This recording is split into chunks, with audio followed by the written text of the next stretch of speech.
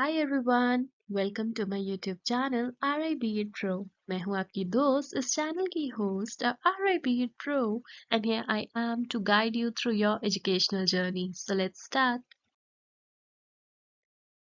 Today we will be talking about victims of violence in this video. We will learn what is violence, who are the victims, कौन usually impact होते हैं, किस किस type के violence होते हैं, education का क्या रोल है इस चीज़ को prevent करने में।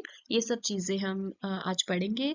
ये भी एक important topic है from the point of examination, and usually it comes in the form of short note for 6 marks. So let's see what all it entails. So first of all, what is violence? Violence is basically any action or behavior that causes a harm to anyone or a person. कोई भी ऐसा काम, action या फिर व्यवहार जिसकी वजह से दूसरे को नुकसान हो, दूसरे को चोट पहुंचे, उसको हम वायलेंस कहते हैं। इट नॉट नेसेसरीली भी फिजिकल, ऐसा नहीं है कि आपने हाथ से मारा है, जोर लगाया है, उसी को आप वायलेंस कहेंगे। It can be anything, even आपकी बातें जिससे दूसरे को नुकसान हुआ है, हार्म हुआ है, वो भी वायलेंस के रूप में आता है।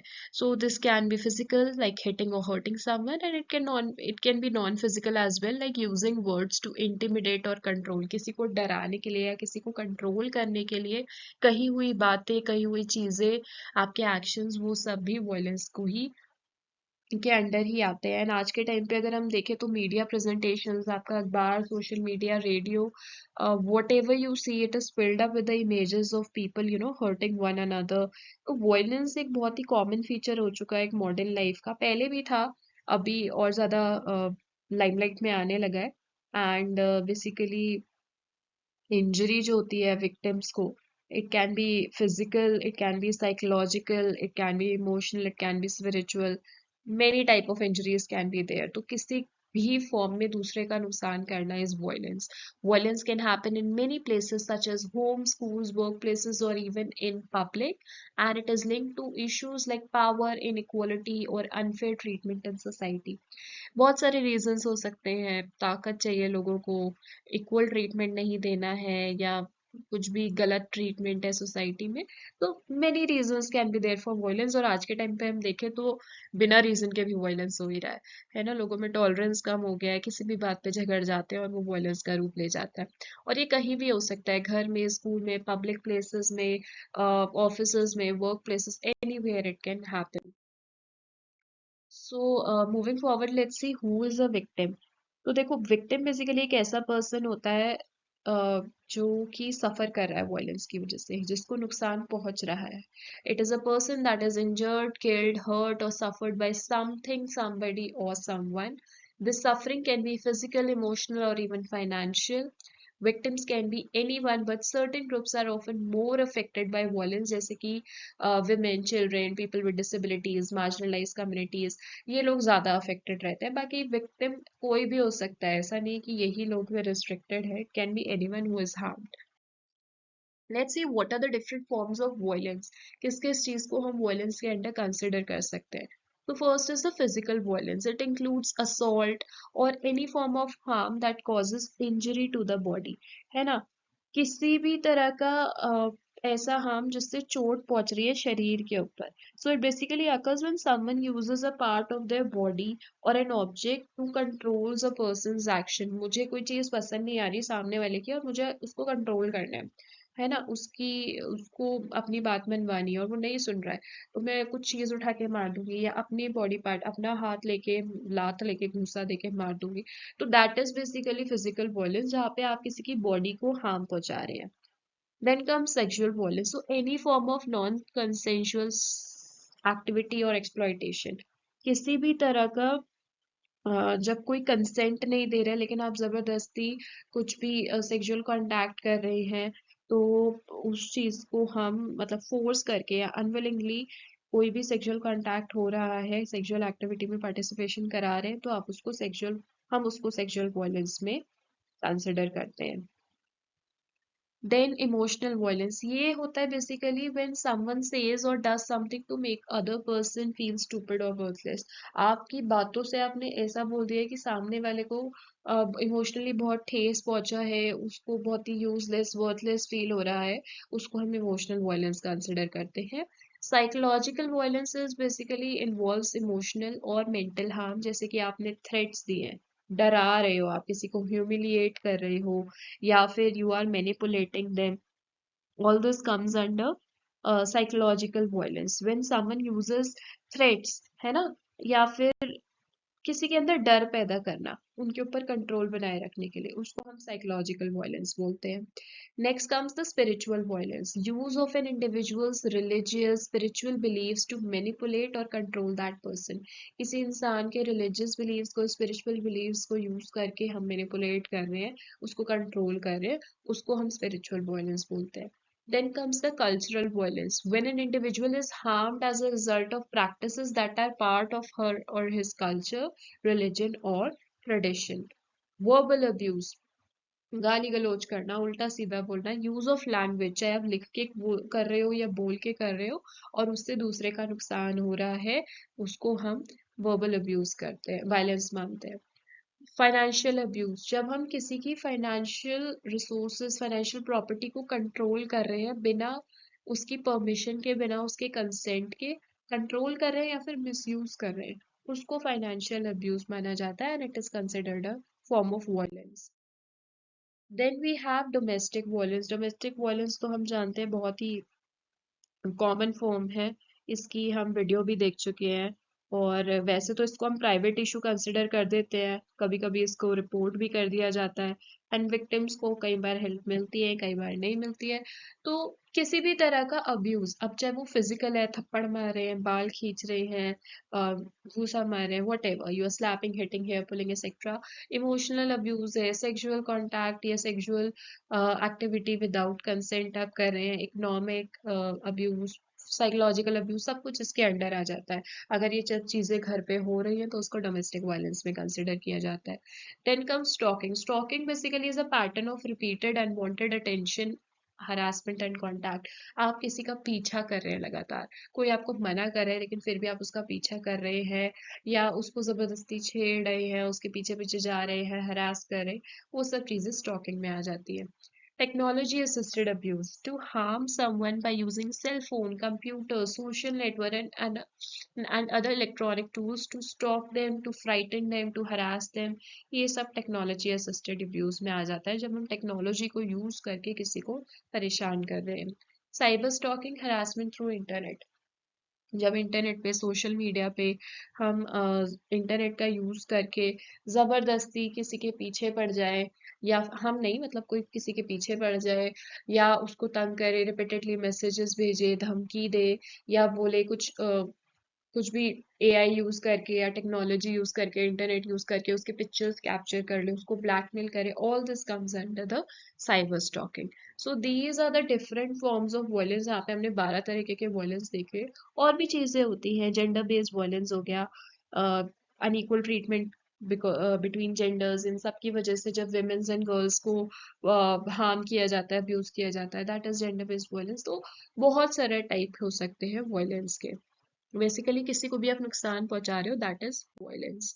नाउ लेट्स सी इम्पैक्ट क्या होता है इसका विक्टिम्स के ऊपर, जो जिनको हार्म हो रहा है उनके ऊपर क्या क्या इसका इम्पैक्ट रह जाता है। तो first of all the physical harm, आपने मारा, फिजिकली मारा, तो इंजरीज, डिसेबिलिटीज, हेल्थ इश्यूज, ये सब रह जाते हैं, है ना। किसी को बहुत सीरियस चोट लग गई है अंदर, हेल्थ इश्यूज हो गए लाइफ लॉन्ग के, डिसेबिलिटी हो गई है, हाथ पैर टूट गया and it's not working any more, छोटी मोटी चोटें लग गई है, ये सब फिजिकल हार्म में आती है।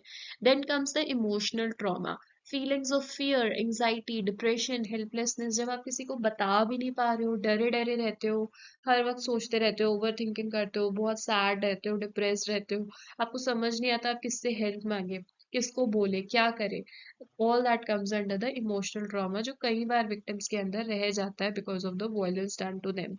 Then comes the psychological effect, psychological मतलब मेंटली जो प्रभाव रह जाते हैं, लॉन्ग टर्म इश्यूज जैसे PTSD which is post traumatic stress disorder, anxiety, depression, ये सब भी विक्टिम्स में देखे जाते हैं जो कि वायलेंस का शिकार रहते हैं। Then economic impact, loss of livelihood और फाइनेंशियल इंडिपेंडेंस, ये खासकर डोमेस्टिक वायलेंस केसेस में बहुत ज्यादा होता है, जहाँ पे इकोनॉमिक इंडिपेंडेंस, फाइनेंशियल इंडिपेंडेंस ही छीन ली जाती है घर के मेंबर्स से, and they have to be dependent on the person who is causing the violence many at times. तो ये भी एक प्रॉब्लम है। इसके आगे सोशल स्टिग्मेटाइजेशन, जो जो वायलेंस के शिकार होते हैं, क्योंकि ऑब्वियसली वो इतने ज्यादा परेशान हो चुके होते हैं, उनका बिहेवियर भी थोड़ा अजीब अलग सा हो जाता है, डरे डरे रहते हैं, उसको सोसाइटी भी कहीं ना कहीं आइसोलेट कर देती है, अकेला छोड़ देती है, और वो भी एक उनके लिए प्रॉब्लम बन जाता है। So these are some of the impacts on victims. और अगर एक एक इम्पैक्ट को डिटेल में पढ़े तो बहुत ही डिटेल्ड इम्पैक्ट होते हैं। It's just not one line और one word, the impacts are life long and very deeply embedded in the victims. अब अगर हम बात करें vulnerable groups, कौन है ये ग्रुप्स जिनको बहुत ज्यादा इस चीज का इम्पैक्ट आता है, या फिर जो बहुत ही ससेप्टेबल रहते हैं वायलेंस के। So first of all women and girls, ये पर्टिकुलरली रिस्क पे रहते हैं क्योंकि जेंडर बेस्ड वायलेंस होता है इनके साथ, डोमेस्टिक वायलेंस होता है, सेक्सुअल वायलेंस होता है, ट्रैफिकिंग रिलेटेड वायलेंस होता है, बहुत चीजें होती है। तो विमेन्स एंड गर्ल्स तो सबसे आगे आप रख ही दो। देन चिल्ड्रन, चिल्ड्रन को भी घर में, स्कूल में, कई बार टीचर्स, गांव वगैरह में आप देखोगे फ्रस्ट्रेटेड है, बच्चे के ऊपर निकाल दिया पीट पिटा के, घर पे पेरेंट्स परेशान है, बच्चे के ऊपर निकल गया, कुछ ना कुछ ऐसा होता है। और जहाँ पे वॉर जोन्स होती है वहां पे भी बच्चे सबसे ज्यादा सफर करते हैं। तो these are children are an important vulnerable groups that get affected by the violence. Then marginalized communities, individuals जो marginalized ethnic, religious, socio-economic background से, they are also susceptible to violence. Then people with disabilities, they face the additional risk of both physical and emotional violence. उनको भी समाज में इतने तरह के ताने मिलते हैं, कमेंट्स मिलते हैं, so that is causing an emotional violence, and people do not pay respect to them. Sometimes they are beaten, they are considered as useless or a burden, and physical violence is also done to them. So these particular four groups are most vulnerable groups, but other than these also violence happens with people. Now let's talk about the support system for victims. अब ये जो victims हैं इनके लिए support system क्या है? जो इतने परेशान रहते हैं, इतना सफर करते हैं, इनके लिए कुछ तो होना चाहिए। So counselling and therapy, psychological support to help victim process through the trauma, ये जो डर बैठ जाता है, फियर, एंजाइटी, ये सब, इसके लिए साइकोलॉजिकल सपोर्ट देना बहुत जरूरी है, जो कि काउंसलिंग एंड थेरेपीज पर पर्टिकुलर इंस्टीट्यूशंस होते हैं, क्लिनिक्स होते हैं, वहाँ जाके through sometimes conversations, through medicines, through different therapies, they are helped to process that trauma and come out of those traumas. Then shelter and safe places, protection and refuge for victims, especially women and children. कई बार domestic violence वाले लोगों के लिए, specially women's के लिए shelters Holmes बनाए जाते हैं, बच्चों के लिए भी शेल्टर होम बनाए जाते हैं।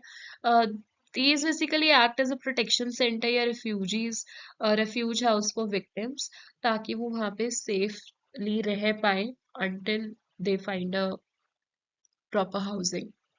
Legal aid, assistance in navigating the legal system for justice and protection, जिनके साथ बहुत बुरा हुआ है, and they finally gather the strength to fight a legal case और to fight for their rights और to fight for the justice, तो उनके लिए लीगल एड भी होते हैं।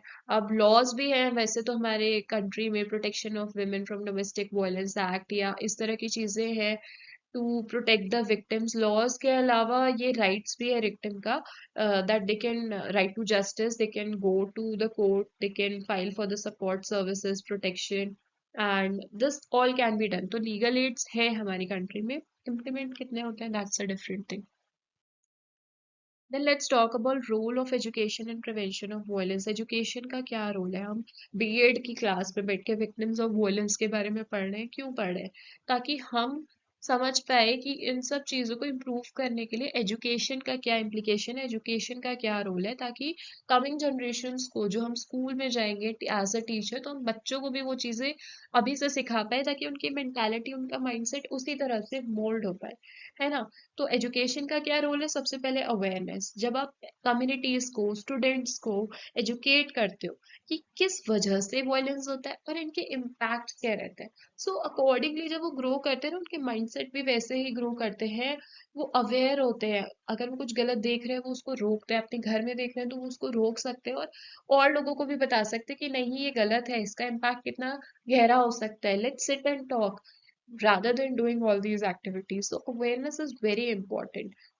Empowerment, encouraging the development of self-confidence and assertiveness in at-risk groups. जो risk वाले ग्रुप्स है, वनरेबल ग्रुप्स है, उनके अंदर सेल्फ कॉन्फिडेंस भरना, है ना, और असर्टिवनेस भरना, एक बात भरना कि भाई नहीं ये गलत है, और जो तुम अब तुम अपने लिए लड़ो, तुम सही हो तो तुम अपने लिए खड़े हो, go to the court, go to the police, file an FIR, stop uh, taking all this on you. You are not at fault if this is happening. Have the confidence. Do not fear the person who is hitting you or whatever. अपने लिए खड़े हो and fight करो. तो empower करना, self confidence boost करना बहुत जरूरी है. Then promoting equality, teaching the importance of gender equality, respect for rights and non violence to the different communities. Gender equality क्यों जरूरी है, और नहीं होती है तो ये भी एक रीजन बन जाता है वॉयलेंस का, है ना. रिस्पेक्ट राइट्स के लिए, हर किसी का हक जो है उसके लिए रिस्पेक्ट होना, नॉन वॉयलेंस को समझना, ये सब चीजें एजुकेशन के थ्रू ही बच्चों को समझाई जा सकती है. और जब आप इनको बच्चों को समझा रहे हो, बच्चे ही हमारा भविष्य है, तो चीजें वहीं से इम्प्रूव होना शुरू होती है. सो या this is the role of education in promoting non violence. तो यही बात है कि देखो, वायलेंस को कम करने के एफर्ट्स तो बढ़ रहे हैं, नए नए लॉज आ रहे हैं, अवेयरनेस कैंपेन्स आ रहे हैं, सपोर्ट सर्विसेज आ रही है विक्टिम्स के लिए. कुछ ऑर्गेनाइजेशंस है जैसे United Nations, they are working to create a more safer equal world, है ना, जहाँ पे वायलेंस लेस कॉमन हो. एजुकेशन भी बहुत इंपॉर्टेंट है, क्योंकि ये लोगों को हेल्प करती है टू अंडरस्टैंड कि वॉयलेंस की वजह से कितना हार्म होता है, क्या उसका गहरा इम्पैक्ट रहता है. And it also teachers values like respect, equality, empathy. ये सब चीजें एजुकेशन के थ्रू ही हम बच्चों के अंदर भर सकते हैं. तो educators, as in we teachers, we also play a very key role in promoting these values, and help a very rightful and peaceful society. So that's the role of education and educators in prevention of violence. That's all for this video. I hope it will help you in your examination. And if you feel so, do give it a like, share it with your friends, and subscribe our channel. Thanks a lot. See you in the next video. Take care.